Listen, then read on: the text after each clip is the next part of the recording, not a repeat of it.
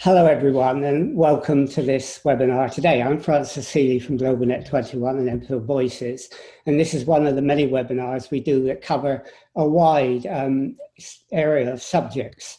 And today we're going to look at something that lots of people are beginning to consider, and that is how we develop sustainability locally through the development of community energy. And many communities and local authorities are beginning to think of this. And today we've got Duncan Law with us, and Duncan is from Community Energy England, and he's going to tell us about that. So welcome to the webinar today, Duncan. It's great to have you here. And maybe you could start, first of all, by telling us a little about yourself and why you have this interest in community energy. Yes, thank you, Francis. Thank you also for inviting me to this webinar.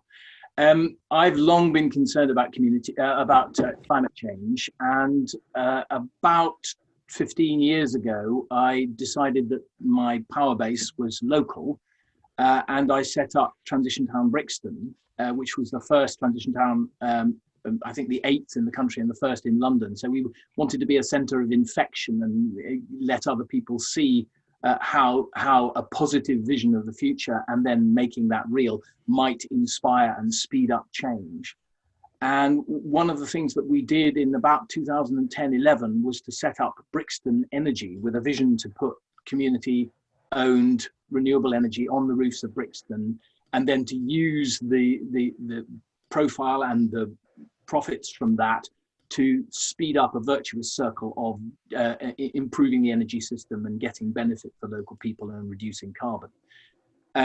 So that was my blooding in energy, and I've always been passionate about energy. I've done sort of major retrofit to my own house, and it's got to be a big focus for us now, because of course it's a big source of carbon emissions to the atmosphere, and we must learn to do it more efficiently and renewably and zero carbon. Well, if you do retrofitting, we might be able to hire you out. We're talking about community energy, and we're assuming everyone knows what that means. But just in case they don't, can you tell us what community energy is? Absolutely, yes. It's people getting together in their community to take action on energy. And historically, that has tended to be gathering together to form an organization to raise money from the local community through community shares and put renewable energy on rooftops. That model was very successful and meant that the sector grew from nothing in about 2009 to really quite significant. With it was doubling every year, growing exponentially. And then, of course, the benighted government started to remove all the mechanisms that enabled community energy to be successful and to grow and to really get traction in the local community and do the other stuff that it does so well. And I'm afraid we've seen the growth very much tail off in the last 3 or 4 years. But community energy is now at a stage where it really can scale and is hugely innovative and flexible and seeking, very hungry for doing things and to move into new areas and new models of working. Just tell me then, what in your view makes community energy more desirable than energy generated by the big utilities? The energy system is changing. Historically, it was huge generating stations producing electricity very inefficiently centrally. For instance, a coal power station was not likely to be much more than 30 to 40% efficient, wasting energy out of its cooling towers and in the process of transmitting it, and hugely carbon and other polluting. So the system is changing from that sort of central supply model to a much more distributed supply model, smaller renewable energy generators all around the country with producing electricity for local markets So it doesn't have to go up to, 11,000 volts. It's supplied much more at the level it's going to be used.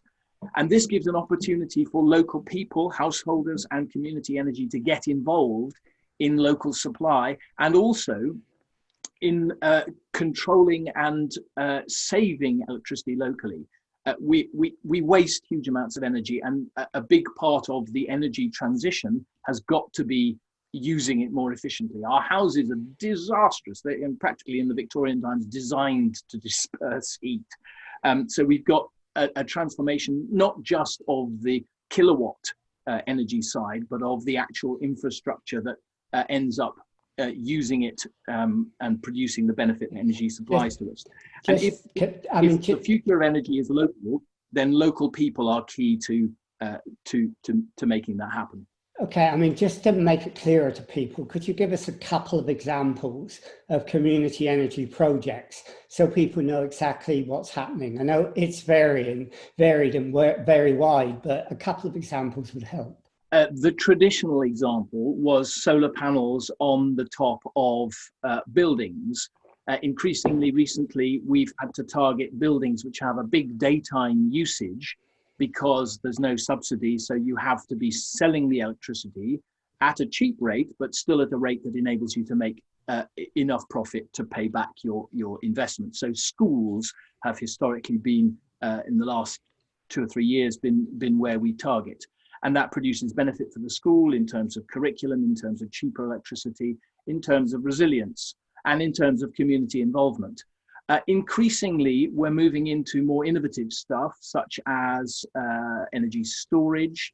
A lot of groups have been moving into energy efficiency and retrofit and fuel poverty work. A lot of that will be more grant funded, but there are also groups working on renewable transport, connecting EVs to the grid, including owning community car shares. There will be groups now, we hope, moving into wind energy, now that that has begun to be opened up again. But also working on innovative projects, because the great thing about doing innovation in the community energy setting is that you get a test bed in the community. You can prove whether it works and what the teething problems are because it's being done with the people who are going to use it. And in Brixton, we've got 2 projects around energy supply. So the solar energy that's generated on the roof is actually supplied not to the grid, but to the flats below. And the people in the flats get a cheaper electricity as a result, but can also trade any electricity that they don't use during the peak production midday time, when perhaps they're at work, with their neighbours who can, and make a small amount of money or a rebate off their bills doing that. So innovation and flexibility, huge for the future. Yeah, I mean, it's a great variety of projects. You mentioned some, but I've seen some as big as, say, building a generator by a dam as a community energy project you do, to a small project like having a solar powered beehive that helps bees to, bees to not die in the way they have been recently quite badly. I mean, your projects under community energy go from the very small, don't they, to the very large? Yes, absolutely. It's really a question of getting people together and finding out what the local possibilities are and what the passions of the people, the energy of the people and the possibilities of the location will be what dictate what you want to do. And I would say that the demand side is something that the energy saving, the moving the demand around so that we don't have these awful peaks of demand, which have to mean you have to switch on power stations in the evening, is something that is essentially local.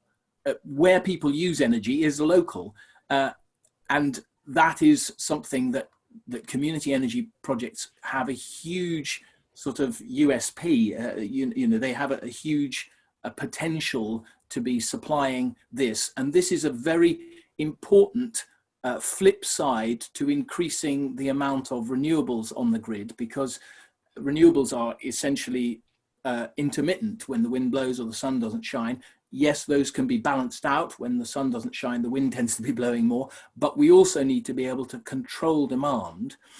And that is something that essentially has to be done locally. So that's a very important thing that community energy will be doing in the future. Yeah, so you've talked about your generation and using it for a local area and maybe selling it on the grid. We talked of, large projects and small projects, but you mentioned as well that you, under community energy, you have a retrofit sort of function program as well, that some groups actually go around to homes and help them to insulate their houses, give them advice, help with fuel poverty. How big a part of community energy is that? I would still say it's a minority at the moment, but it's a hugely growing part of our community work. And it's something that a lot of groups started off doing because it very much brings community benefit very quickly to people who really need it. Because there's reduced possibility in the generation side now, a lot more groups are coming back to this. And of course, we've just seen the government award £3 billion to building energy retrofit over the next year or so. So there's potentially money to be got, and it's very important for community energy to step up to that, to make sure that it doesn't all go to the big centralized outsourcing suppliers who will do it badly, because community energy has a huge a level of trust among the local community. We can talk to residents as local residents and get much more traction than somebody from British Gas or NG, and instantly when he lands up on the doorstep, people think he's here to make a profit from me.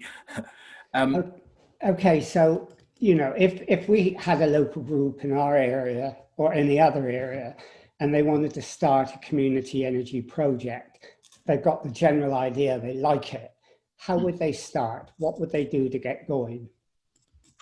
Well, all the things that you do when you start a group, you get 3 or 4 people together, discuss how you're going to do the initial stages, advertise it, get 2 people meeting, what you each have a passion for, settle on a few things that you want to evaluate and do feasibility on, make sure that you've interrogated who isn't in the room, make sure you have good practice in your group meeting. We always worked with consensus decision making because the decisions are much better and you get much more buy-in and support and unified energy from the group if you do that, and make sure that everybody is heard and is part of the decision making, and then it becomes a very powerful group.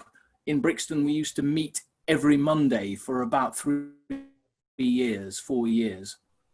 And it was the meeting we all wanted to be at because it was such a powerful place to operate. Then I would say, obviously there are sort of the legal things you may need to constitute. Join Community Energy England, because we can support you at that stage. We can connect you up with groups who can give you assistance. Community Energy London meets every month. Again, there are hugely powerful groups in London. Entenergy up in your part of the world, Power Up North London, Celsea presented South East London Community Energy, doing amazing retrofit and energy efficiency work. Repowering London, which is the organisation I helped found, and Crew, which is down in southwest London, also working in North London, doing heat pumps and LED retrofits. Yes, and the other thing that Community Energy England has is a practitioner forum. So as a member, you can read this.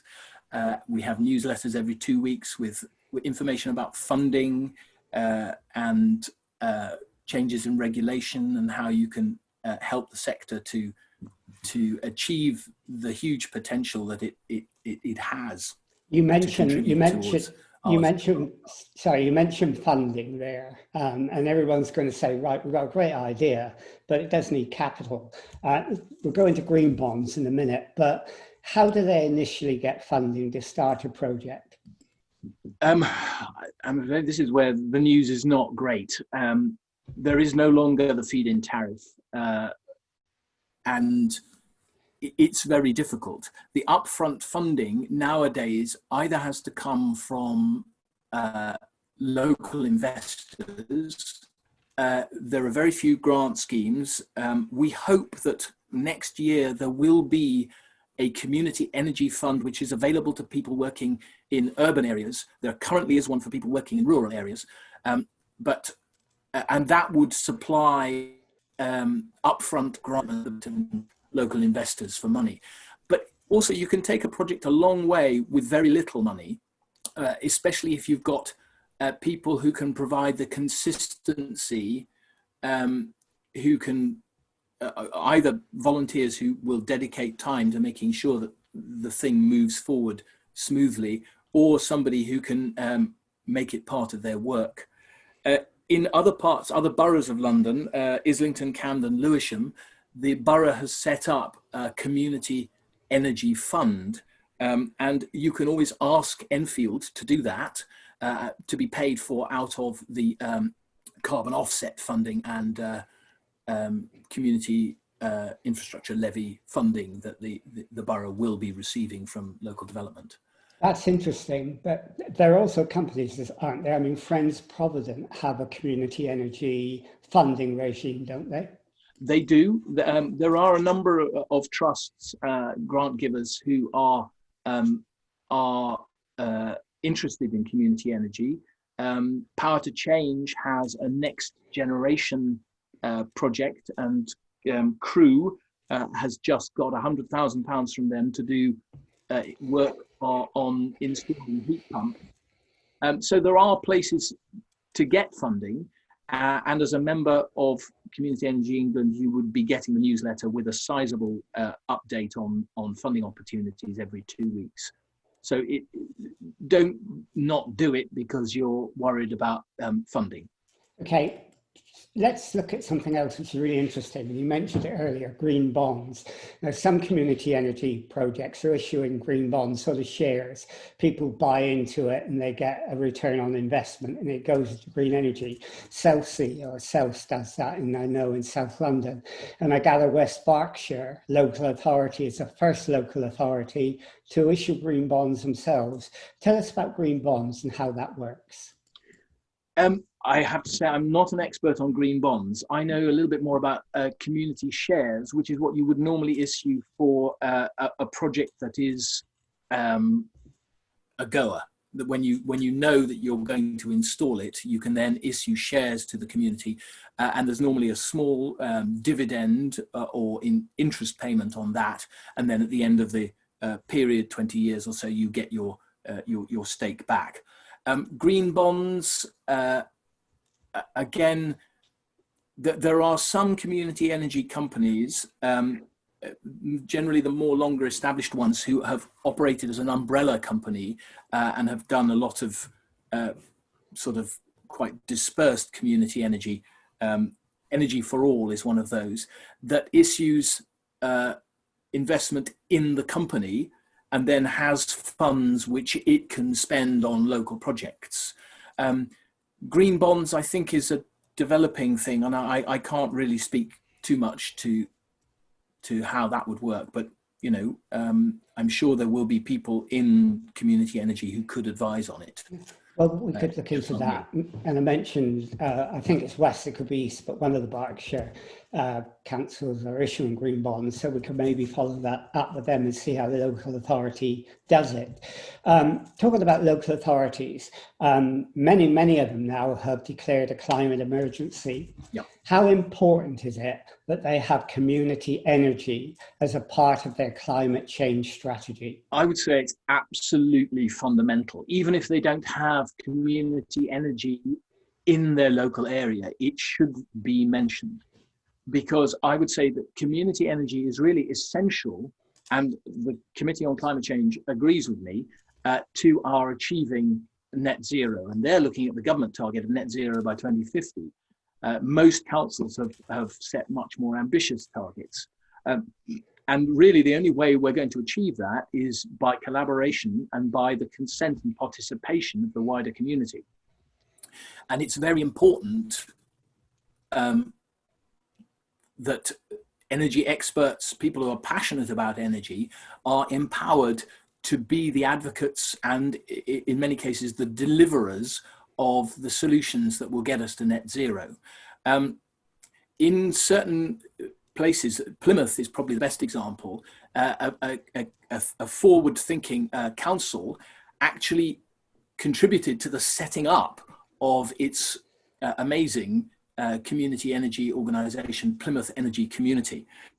And now they have somebody who works part-time on energy in the council and part-time at Plymouth Energy Community. So the two are really, really well connected and coordinated.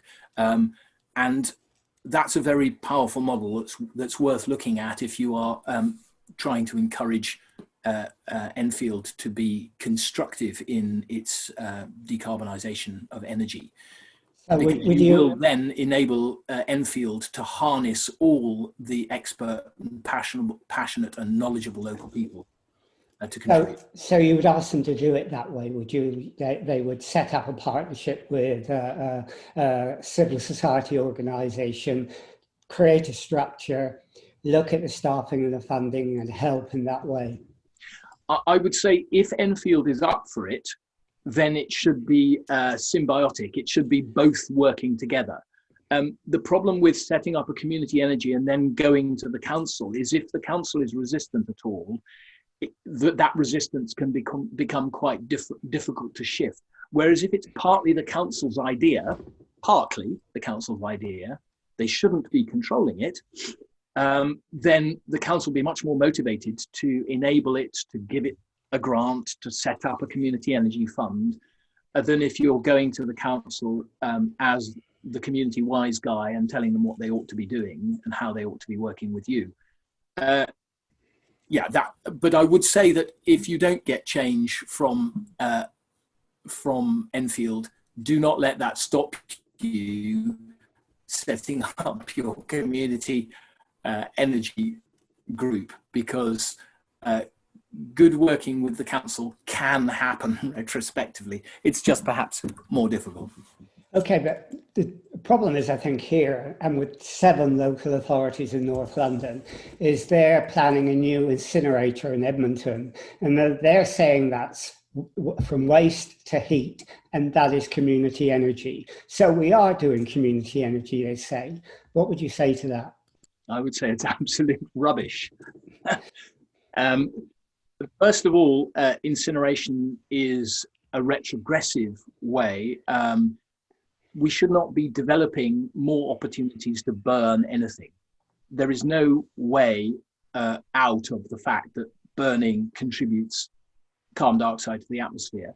And burning waste is very inefficient and produces carbon to the atmosphere more than the electricity that we get through the wires. It also contributes lots of other very nasty pollutants, which will be blowing over North London. And it reduces the incentive of those councils to improve their recycling and their reuse. And it's just the wrong direction to be heading. And tell me, how does it engage with the community other than burning their waste? It's not something, I think, that when the community finds out about it, anybody in the community will support. And I know there's a very active campaign and a legal challenge, which I fully support. Okay, so, if you were to advise Enfield and the other local authorities to move from incinerators to proper community energy, what would you say to them? I would say, don't build your incinerator. Institute waste policies that prioritize recycling and reuse and reduction. There's a waste hierarchy, and reduction comes at the top of it. So, and then support the community to be saving energy and following its passion to do energy and carbon reduction. Basically, what the community has the motivation to do is what it will do well. And being too directive is not going to work. But being collaborative, so if the community energy experts, the community energy group and the council are regularly getting together and looking for opportunities where each of them can play to their strengths and engage the wider community, that's where you will get the most return on investment. Okay, the interesting thing that you said then, and in your answer before, is that, how does an incinerator engage the community? But let's forget that for a minute. Community energy projects, as you define them, are essentially about engaging the community, aren't they? I mean, the organization you set up to do it can be a cooperative, a community interest company, a CIC, a social enterprise, but whatever the structure is that's set up, collaborative structure, the important principle is to involve the community out there. They're not users, they're participants. Absolutely. Couldn't have said it better myself. Yes. I think the community benefit society is the standard way of going now. But yeah, it's to set up good processes and then to get out there and talk to everybody. The community outreach, it can seem very daunting and quite frightening, but actually it's a hugely powerful thing to do, and it's often very rewarding and brings returns on investment that are not in normal energy companies' models at all. South East London Community Energy has done social return on investment figures that are just startling. I mean, they still need work, but we're talking sort of 20-to-1 returns on investment in terms of money that stays with householders whose energy use is more efficient, which can be spent on into the real local economy, which can improve well-being, which can reduce health problems and health costs to the NHS. It's just, especially saving energy is really, really a powerful place to be operating. Okay, well, we're getting very close to the half hour, but one big question I think people want to ask is, I'm really in for this. I really love the idea of community energy, but I'm not sure it could be built up to scale. It can't replace the big utility companies at the scale that's needed. Do you think it can? And if it can, how can it do it? It definitely can. I wouldn't say it's going to replace the big utilities, but the big utilities are going to be having to work at a local level. And one of the best ways, and they just about, certainly all the distribution networks, which are the people who do the local supply, recognize that community energy has a better connection with the community than they ever will have. So they will be wanting to work with you. Community Energy England has a vision that we adopted, or that we worked out with other community energy partners, and there's an independent report that supports our conclusions, which says that we can multiply between 12 and 20 times over the next decade, and be supplying in excess of 2 million households, saving millions of tons of carbon and contributing billions to the economy, and to particularly the local economies, where the multiplier effects mean that the returns to the local people are far greater than the money that's spent in energy bills that goes out and you really never see it again, other than in terms of kilowatts supplied to your house. Well, I was going to ask you about Community Energy England, but you've already told us about that. You've told us about how you can support and advise projects that develop. Before we finish, is there anything you want to say more about that, about how Community Energy England can help? Yes. Our website is communityenergyengland.org. And if you visit it, I would recommend having a look at the vision having a quick look at our state of the sector report, which shows where we are and how many groups are operating and what they're doing. Also, we have a YouTube channel which has videos from a number of local events. Every year we do at least 2 conferences, we do awards, and we do a community energy fortnight in June. And this year that was, of course, all online, and all the amazing events from there are available on the YouTube channel. So you can get a lot of inspiration from all sorts of parts of where community energy operates. Look at our sector news, which is also on the website, and just explore as many case studies of what community energy is doing inspiringly around the country, to get ideas for setting up your own in Enfield. And I hear there's also a transition town that is looking at setting up in Enfield, and I think that's a very powerful thing to do as well, and it might be a first line, and then a community energy group might be one of the early projects of the transition town. That's how it worked in Brixton. Okay, so you heard about the transition town development in Enfield, did you? That's great, because they're only just beginning. No, back them 100%. Yeah, it's very powerful. We will. We'll do what we can to help. Anyhow, thank you, Duncan, for joining us today. I mean, we've come to the end of this, and I'm sure we'll do some more in the future, because if this gets going, people will want a lot more advice and a lot more examples of what people are doing to help the enthusiasm grow with any group that develops locally, wherever it is. So it's been really, really great for you to do this, and I really appreciate it. So thank you very much. And we'll end this interview now.